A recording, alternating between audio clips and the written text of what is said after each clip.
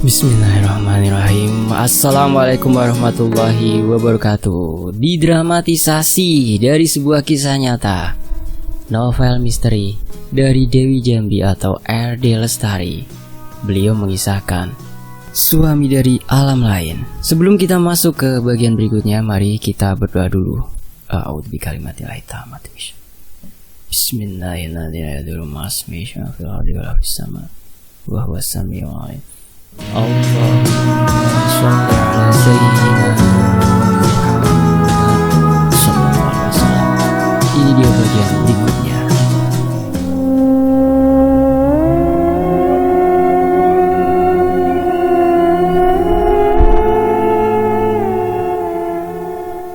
Seorang tetangga Indri yang tak sengaja lewat depan rumah Indri langsung mampir begitu melihat Indri yang duduk di teras rumah. Indri langsung mendongakkan wajahnya dan tersenyum manis menatap si ibu. "Indri, kamu sudah pulang? Kapan kamu?" "Sudah kak, kemarin saya pulang," jawabku. "Kamu dari mana saja Indri? Semua orang bersusah payah mencarimu."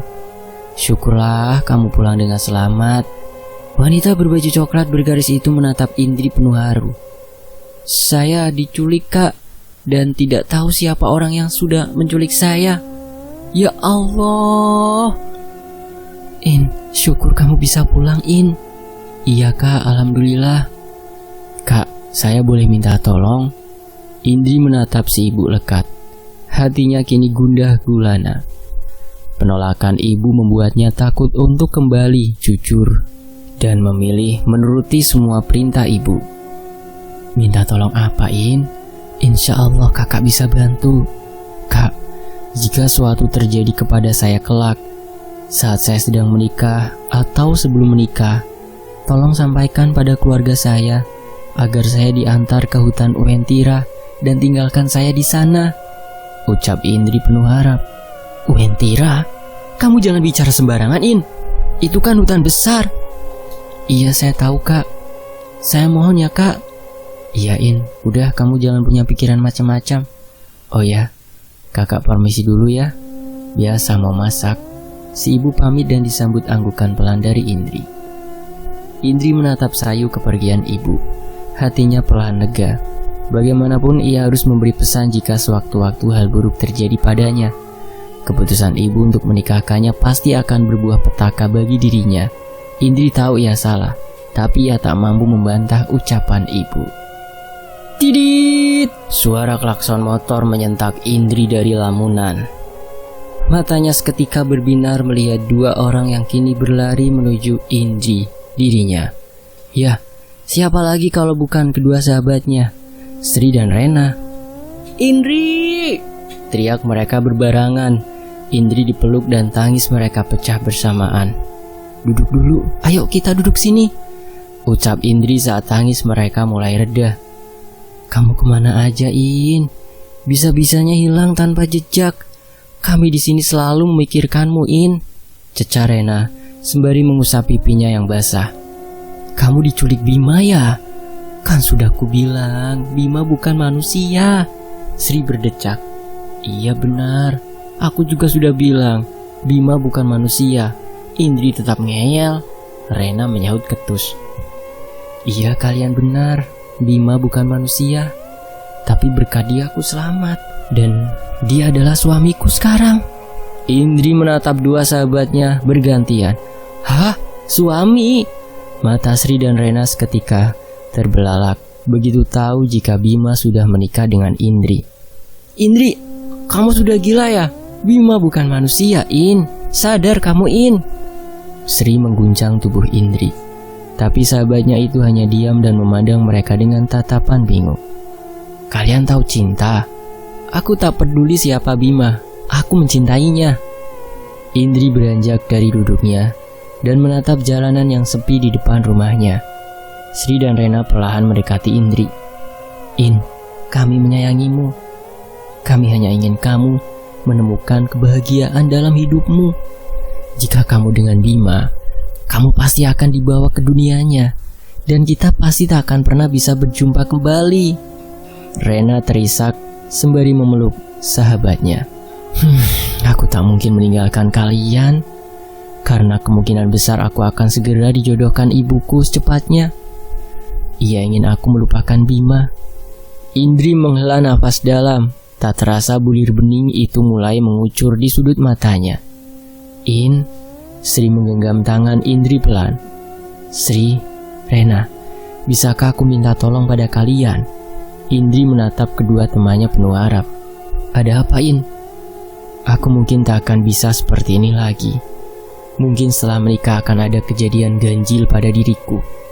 Aku tak bisa menjabarkan semuanya pada kalian. Tapi aku minta tolong pada kalian, jika nanti terjadi sesuatu pada diriku, kalian tolong antarkan aku ke hutan Uentira. Jangan lupa bacakan surah Yasin dan tahlil untukku, agar aku bisa tetap bahagia bersama Bima di dunianya. Jika memang pernikahanmu ini mempertaruhkan nyawamu, hentikanlah, aku mohon. Sri mencengkeram tangan Indri. Gak bisa, Sri, semua demi ibu. Aku tak ingin mengecewakan ibu untuk yang kedua kali. Indri. Kedua sahabatnya itu memeluk Indri erat. Sementara itu, di sisi lain, ayo calon besan ibu sudah datang. Ibu dengan wajah yang sumringah masuk ke dalam kamar anak perempuannya, yang saat itu sedang duduk dengan bersimbah air mata. Kok kamu malah nangis? Nanti make upmu jelek berantakan. Oceh ibu seraya merapikan kembali riasan di wajah Indri. Gadis itu tetap diam seribu bahasa, membiarkan tangan ibu menari di wajahnya. Ia ingin menolak, tapi semua rasa percuma. Berkalipun Bima hadir untuk meyakinkannya, Indri tetap kekeh pada pilihannya. Ia tahu akibat yang akan ia tanggung nanti, karena sejatinya ia dan Bima sudah bersatu. Darah abadi Bima pun sudah mengalir di dalam darahnya. Namun semua demi ibu, apapun akan ia lakukan, walaupun untuk itu nyawanya yang jadi taruhan. Ayo tunjukkan senyummu. Mereka sudah tiba dan menunggumu. Ibu yakin kau akan melupakan suami gaibmu itu. Anak teman ibu tak kalah tampan. Ibu menarik tangan Indri kencang hingga gadis itu tersentak dan mengikuti langkah ibunya menuju ruang tamu di mana calon besan dan putranya menunggu. Semua yang sedang berkumpul di ruangan itu tersenyum lebar melihat kedatangan Indri. Begitupun calon suami Indri yang duduk di tengah-tengah orang tuanya. Pemuda itu mengulas senyum manisnya saat ia berhadapan dengan Indri, namun Indri tak membalasnya dan bersikap cuek padanya. Si pemuda pun mengulurkan tangannya, tapi Indri tetap diam mematung, membuat semua orang yang ada di sana menjadi canggung. Indri, jangan bikin malu ibu. Ibu berbisik seraya menjauhi lengan Indri, membuat wanita itu terpaksa menerima uluran lelaki pilihan ibunya. Setelah perkenalan itu, Indri dan si pemuda yang bernama Dahlan itu duduk berhadapan. Dahlan bukan lelaki jelek. Ia terbilang cukup tampan untuk ukuran pria Indonesia asli. Tubuhnya lumayan tinggi dengan kulit eksotis khas kulit orang Indonesia. Tidak putih dan juga tidak hitam, sawo matang lebih tepatnya. Alis matanya tebal dengan godek tipis menghiasi wajahnya. Namun kemaskulinan Dahlan yang usianya hanya berbeda 4 tahun dengan Indri itu tak mampu menggoyahkan perasaan Indri dari pesona Bima. Gadis itu hanya memikirkan suaminya saja. Prosesi perkenalan itu berlangsung singkat dan berujung pada penentuan tanggal pernikahan. Dahlan nampak antusias karena sudah merasa amat cocok dengan pesona Indri. Indri hanya terdiam, tak sepatah kata pun terucap dari bibir mungilnya. Saat tanggal sudah ditentukan, tiba-tiba pandangan Indri buram dan Indri! Gadis itu terjatuh dan tak sadarkan diri. Di sisi lain, Bima mencengkeram dadanya. Ia merasakan sakit yang teramat sangat. Kenapa, Kak? Anima menatap kakaknya khawatir. Ia amat yakin Bima merasakan kesakitan. Terlihat dari wajahnya yang merah padam. Sakitan. Tolong bantu kakak masuk ke dalam kamar, pinta Bima yang langsung disambut anggukan Anima. Gadis belia itu dengan sabar memapah kakaknya masuk ke dalam kamar. Terima kasih, Anima, ucap Bima saat tubuhnya ia baringkan pelan di kasur. Kakak kenapa tiba-tiba merasa sakit? selidik Animah. Ia merasa curiga dengan kondisi kakaknya itu. Entah, tapi kakak rasa sesuatu terjadi pada Indri. Karena apa yang ia rasa sekarang kakak juga rasa.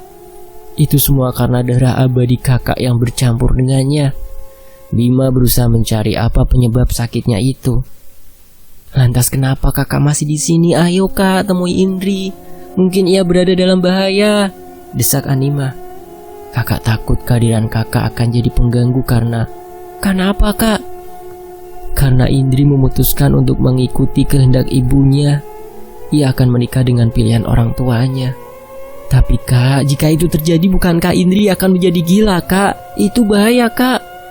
Iya, dan satu yang bisa menyembuhkannya, ia harus kembali ke dunia kita. Dan kamu tega melihat istrimu itu gila kak? Kakak tak kuasa menolak kan? Ini sudah keputusan Indri. Dengan begitu ibunya akan lebih siap kehilangan Indri dan rela melepas Indri untuk hidup bersama kita di sini. Itu tujuan utama Indri. Bima membalikkan tubuhnya. Ia tak ingin adiknya tahu jika saat ini hatinya amat rapuh karena memikirkan nasib istri yang dicintainya akan menikah dengan laki-laki lain. Kak, di mana kakak yang ku kenal dulu? Selalu optimis dan tak pernah menyerah. Bukankah kalian saling mencintai? Jika memang itu yang terbaik demi cinta kalian, setidaknya beri dukungan untuk Indri agar ia siap menerima kenyataan yang pahit nantinya. Animah berusaha menghibur kakaknya. Aku tak sanggup melihatnya menikah dengan orang lain. Aku takut dengan tanganku bisa membunuh manusia yang tak berdosa, yaitu calon suami Indri nantinya. Bima menghela nafas dalam. Baiklah jika itu keputusanmu kak. Berdoalah kepada Yang Maha Kuasa agar kau bisa segera bersanding tanpa penghalang bersama istri manusiamu itu. Animah melangkah pergi meninggalkan kakaknya. Ia tak tahu harus berbicara apa lagi. Ia hanya bisa berdoa agar kakaknya menemukan jalan yang terbaik. Di sisi lain, tubuh Indri panas. Matanya lekat tak bisa dibuka. Wanita langsing itu mendadak lemas dan susah bergerak. Bibirnya pun seolah bisu tak dapat berbicara. Ibu yang mendapati anaknya seperti itu kalang kabut. Ia merasa amat menyesal memaksakan kehendaknya kepada anak semata wayangnya itu. Indri, maafkan ibu nak. Wanita tua itu menangis sesenggukan menatap anaknya yang kini diam tak bergerak. Sudah bu, biarkan Indri istirahat dulu. Ayah berusaha menenangkan ibu yang sejak tadi terus menangis histeris. Jadi, bagaimana dengan pernikahan kami bu? Jika Indri seperti itu, sebenarnya Indri sakit apa? Dahlan tiba-tiba muncul di dalam kamar. Semua yang berada di sana hanya menelan ludah, bingung mau jawab apa. Setahuku Indri tidak punya penyakit apa-apa, jawab ibu asal. Tidak mungkin. Jika ia tak punya riwayat penyakit, bisa tiba-tiba seperti ini. Dahlan berdecak pinggang. Ia merasa ada yang aneh dengan calon istrinya itu. Kalau begitu kita batalkan saja pernikahan ini. Aku tak sudi punya istri penyakitan seperti ini. Maksudnya apa Dahlan? Kamu ingin memutuskan secara sepihak hubungan ini? Ayah menatap penuh amarah. Tentu saja. Belum apa-apa sudah pingsan dan tak bergerak seperti ini. Bagaimana esok? Kata Dahlan. Punya istri penyakitan bukan impianku. Aku tak sudi punya istri seperti ini. Cantik muka, kalau bakal nyusahin seumur hidup. Buat apa? Lanjut Dahlan. Dahlan berdecak congkak di depan semua orang yang berkerumun di ruangan kamar Indri. Ibu yang mendengar ucapan Dahlan hanya bisa meneteskan air mata. Ia sungguh hancur. Aku juga tak sudi punya mantu seperti dirimu, congkak. Pergilah kalian dari rumah kami. Pernikahan ini batal. Ayah dengan lantang mengusir semua tamu, termasuk Dahlan, calon suami Indri. Mereka menatap dengan sinis seraya pergi dari rumah Indri tanpa mengucap sepatah kata pun. Indri, maafin ibu nak. Ibu tergugu di samping Indri yang masih tak bergerak sedikit pun. Hanya nafasnya saja yang masih teratur dan terdengar denyut kehidupan pada dirinya. Di sisi lain, sayang, hembusan lembut terasa hangat di tengkukku. Wangi yang amat kuhafal kini hadir di sekitarku. Aku menggeliat manja dan mengucek mata perlahan. Seraut wajah tampan yang amat ku kenal kini ada di hadapanku. Kak Bima? Tanganku segera menggantung di lehernya, menciumi wajahnya dengan mesra. Kangen. Aku begitu kangen memeluk tubuh kekarnya. Kangen berat ya. Apa kita udah bisa pulang? Aku menatap wajahnya penuh harap. Belum sayang. Ragamu masih di rumah. Hanya rohmu yang sekarang mampir ke sini. Bima menarik tanganku pelan. Mataku berbinar melihat pemandangan yang kini terhampar, memanjakan mataku. Danau terbentang luas dengan background pepohonan hijau berjajar. Air jernih beriak di bawah langit biru, memantulkan biasan pelangi yang amat indah. Bunga-bunga beraneka warna tumbuh sembarang memenuhi padang rumput yang amat luas. Kupu-kupu beterbangan menari menciptakan pemandangan bak surga, nyaman dan tenang. Apa kamu sudah merasa enakan sayang? Kurasakan sentuhan bibir Bima di sekitar leherku, menimbulkan getaran di dalam dadaku. Tangan Bima yang kekar melingkar di pinggangku. Kecupan demi kecupan kurasakan menjalari leher dan punggungku. Aku kangen kak. Jika ini mimpi rasanya aku tak ingin bangun, sahutku. Tapi kamu harus bangun, In. Bukankah kamu akan pulang bersamaku ke rumah? Menciptakan Indri dan Bima Junior yang banyak. Apa kamu tak ingin punya anak? Bima memutar tubuhku dan menciumi bibirku mesra. Aku begitu menikmati permainan suamiku ini yang terasa amat lembut dan terasa manis. Sedang menikmati permainannya, tiba-tiba aku dengar suara tangisan ibu terasa amat nyaring di telingaku. Aku terdiam dan mendengarkan kembali dengan seksama. Tapi ibu tak kutemukan. Di mana beliau? Pulanglah sayang, tapi kamu jangan heran ya, karena nanti kau tak akan mengenali siapapun lagi. Itu karena kamu menerima lamaran lelaki lain, dan itu pantang. Kak Bima membelai wajahku pelan. Iya kak, aku mengerti. Maafkan keputusanku ya kak. Aku begitu mencintaimu. Kak Bima mengangguk. Ia kemudian menggendong tubuhku, dan kulihat dari punggungnya berkembang sayap yang amat besar dan kokoh. Sayap itu mengibas dan kami perlahan terbang. Ia membawaku terbang mengitari padang rumput dan hamparan bunga, melewati danau yang memantulkan wajah tampannya dan melesat menembus langit yang penuh dengan awan berbagai bentuk. Setelah puas mengajakku berkeliling, Bima, suamiku, terbang rendah dan menjejakkan kakinya di dalam hutan yang gelap. Ia membawaku ke sebuah sinar yang amat menyilaukan. Tanpa bertanya pun aku sudah tahu sinar apa itu. Ini kali kedua Bima mengajakku ke sini. Inilah jalan untukku bisa kembali ke rumah. Kakak tunggu kepulanganmu sayang. Kak Bima mengecup mesra keningku. Aku hanya mengangguk dan berjalan menuju sinar. Semakin lama sinar itu semakin menyilaukan hingga menyakiti mataku. Aku terpejam dan Nak, tetesan air kurasakan membasahi pipiku. Kubuka mataku perlahan. Di mana aku? Seorang ibu berusia cukup tua menatapku penuh haru. Air matanya tumpah dan membasahi pipinya yang mulai mengeriput. Wanita itu duduk di samping ranjangku.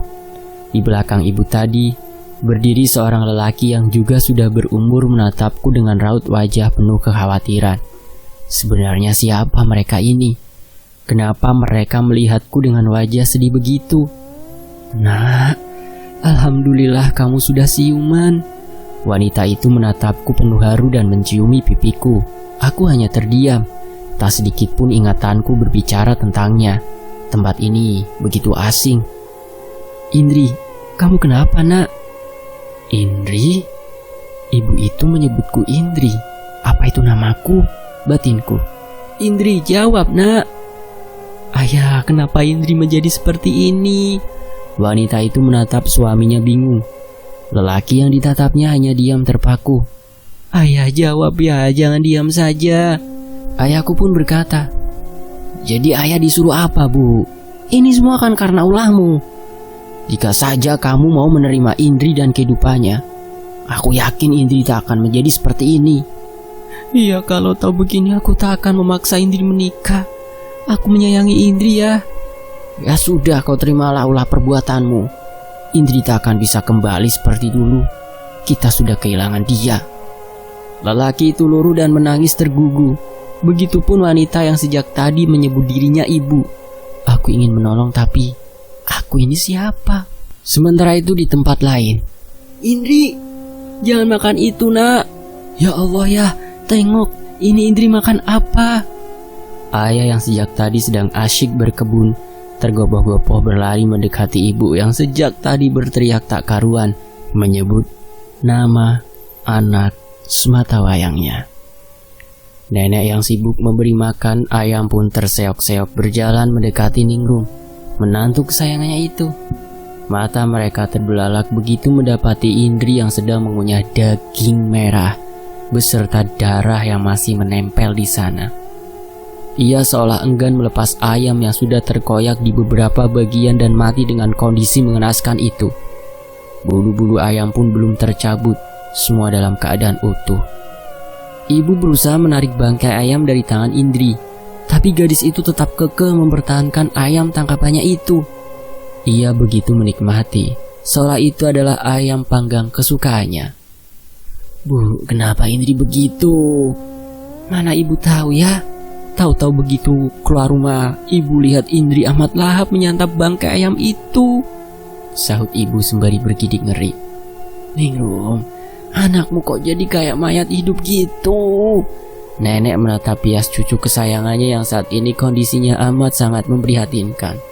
Semenjak Indri sadar tempo hari, Indri jadi malas makan, mandi dan bersih-bersih. Ia lebih senang mengurung diri di kamar dan berbicara seorang diri. Astagfirullah. Wajah Indri sekarang lusuh dan kotor.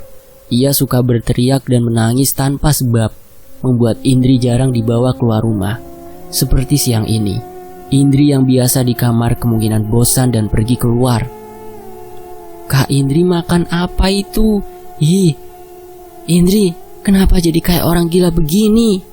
Kata Paman Hamid yang tiba-tiba muncul ikut menimpali. Iya, Mid.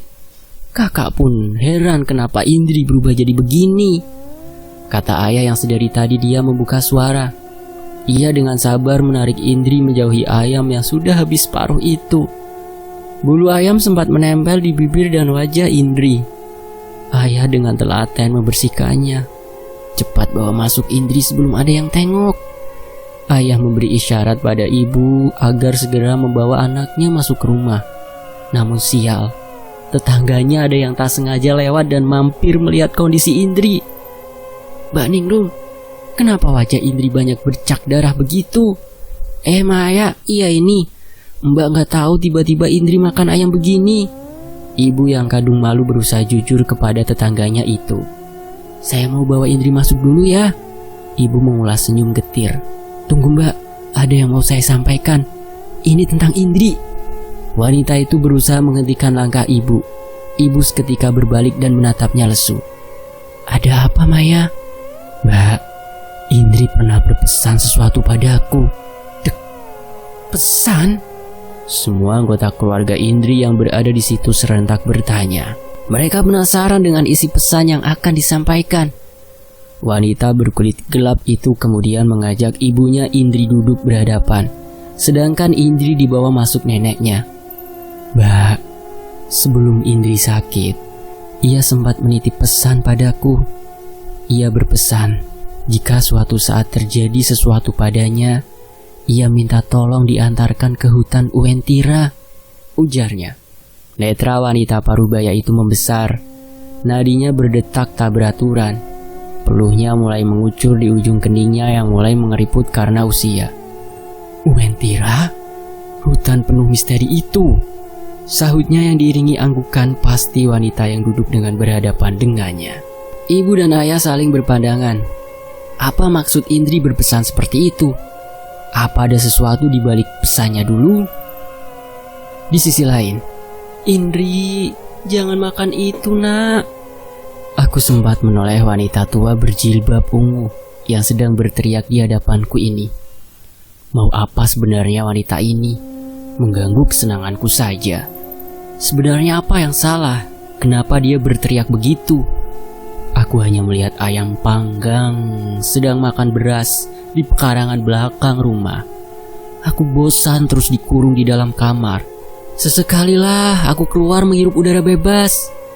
Mungkin ayam itu belum mau mati waktu dipanggang, sehingga masih bisa jalan-jalan dan makan. Lagian di mana letak keanehannya? Iya, kebetulan pula perutku ini amat lapar. Ia pun tak berontak waktu aku tangkap. Rasanya pun teramat lezat. Hehehe. Saat ku gigit bagian lehernya dan mulai mengunyah, ada rasa-rasa basah juga. Pokoknya nikmat lah. Hehehe. Gara-gara teriakan wanita di hadapanku ini, orang-orang pada kumpul dan salah satu dari mereka menyebutku gila. Siapa yang gila? Biarkan saja. Yang penting saat ini aku bisa makan enak. Dari kemarin semua yang aku makan rasanya hambar, tak ada rasa, bikin mual dan tak selera. Beda dengan saat ini, makanan ini begitu nikmat dan sedap, membuatku ketagihan. Indri, lepaskan ini, nak.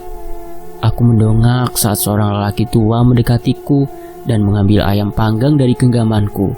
Anehnya aku tak mampu menolak saat tangan kasarnya mengelap bibirku dan wajahku dengan pelan, penuh kasih sayang. Kurasakan kasih sayang terpancar di dua bola matanya. Sebenarnya siapa dia? Sementara itu, di kediaman Bima. Kak, kapan mau jemput Indri? Kenapa perasaanku gak enak, Kak? Animah mendekati kakaknya dan duduk sembari memelintir rambut panjangnya. Bima hanya melirik sekilas. Sesekali ia menghela nafasnya yang terasa berat. Kakak gak bisa jemput An. Kakak sebenarnya amat khawatir. Tapi Indri melanggar pantang. Percuma. Bukan cuma lupa orang tuanya dan kelakuannya menjadi aneh, tapi dia juga lupa pada kakak. Kecuali dia pulang dan meminum kembali darah kakak, baru ia ingat. Bima bercerita panjang lebar pada adiknya. Jadi gimana nasib Kak Indri, Kak? Kasihan juga kalau dia kenapa-kenapa. Sekarang kita hanya bisa bersabar. Jika memang keluarganya sayang, mereka akan mengantar Indri ke sini. Bagaimana mereka bisa tahu, Kak? Menurutku inilah waktunya kakak menghadap keluarganya. Ayo, Kak, perjuangin cinta kalian. Kasihan Indri berjuang sendiri di sana. Kakak tahu, An? Kakak juga sebenarnya ingin berkunjung ke sana. Tapi peraturan di negeri kita ini, kita tak boleh punya hubungan dengan manusia. Biarkan mereka yang kesini, kita jangan. Jika ketahuan, kakak bisa dipenjara dan tak akan bisa bertemu dengan kalian selama ratusan tahun lamanya. Pandangan Bima menerawang jauh. Pikirannya melayang membayangkan Indri yang sedang berjuang sendiri di luar sana. Entah mengapa bayangan Indri seperti akan tiba dan berkunjung ke tempatnya beberapa waktu lagi. Sementara itu di sisi lain, jadi bagaimana, Pak? Apa Indri harus kita bawa ke hutan Wentira? Barusan Sri menelpon ibu.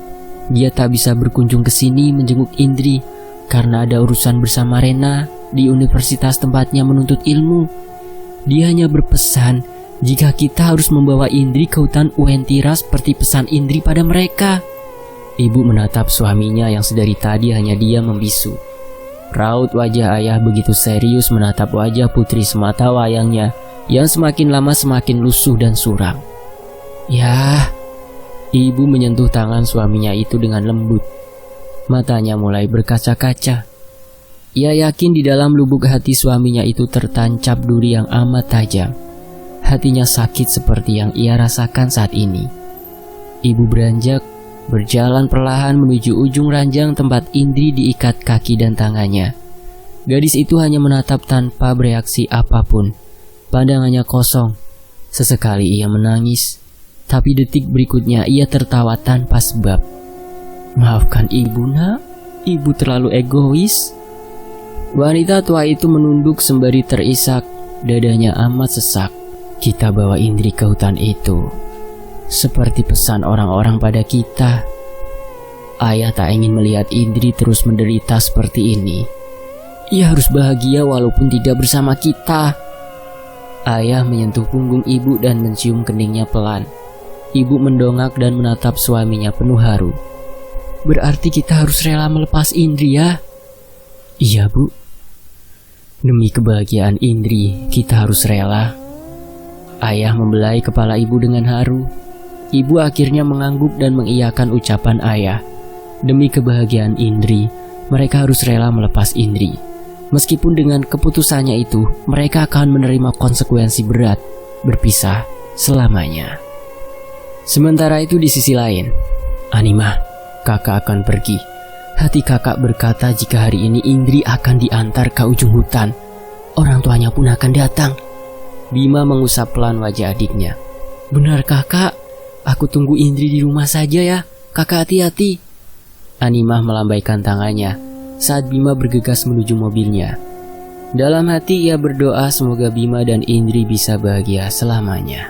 Di sisi lain, ayah dan ibu sengaja membawa Indri dengan menyewa mobil tetangga mereka. Setelah berembuk dengan tetangga dan keluarga, akhirnya mereka memutuskan untuk membawa Indri berdua saja. Mereka sudah ikhlas dan pasrah. Jalan menuju hutan Uentira terasa amat lama dan panjang. Sesekali mereka saling beradu pandang. Kemana kiranya mereka akan meninggalkan Indri, dan siapa kiranya yang akan menemani Indri? Sejumlah pertanyaan bergantian hadir di dalam pikiran masing-masing. Akhirnya mereka sampai di Tugu Uentira. Gerbang masuk hutan yang disinyalir adalah perbatasan antara dunia manusia dan dunia Uentira. Mereka memutuskan berhenti dan membawa Indri keluar dari mobil menuju pinggiran jalan. Tanpa tahu arah dan jalan, kedua orang tua itu membawa anak sematawayang mereka berjalan di pinggiran hutan. Entahlah, mereka cukup ragu dan hanya mengikuti kata hati mereka. Baru 10 menit berjalan, sebuah mobil Lamborghini kuning berhenti tepat di samping mereka. Ibu dan ayah tersentak dan saling beradu pandang. Seorang lelaki tampan keluar dan mengulas senyum ketika matanya bersih tatap dengan ayah dan juga ibu. Terima kasih sudah membawa Indri, Bu, ayah. Lelaki itu mengulurkan tangan yang disambut pandangan aneh kedua orang tua Indri. Kamu siapa? Saya Bima, suami dari Indri, anak kalian. Bima berucap mantap. Bersambung. Terima kasih teman-teman. Demikianlah sebuah kisah nyata yang didramatisasi, karya dari Dewi Jambi atau RD Lestari. Teman-teman juga bisa mampir ya ke channel cadangan admin sambil nungguin bagian berikutnya. Itu di layar akhir ada teman-teman. Tinggal disentuh ya, pilih salah satu nanti akan langsung otomatis menuju channel cadangan admin. Saya pamit, wassalamualaikum warahmatullahi wabarakatuh.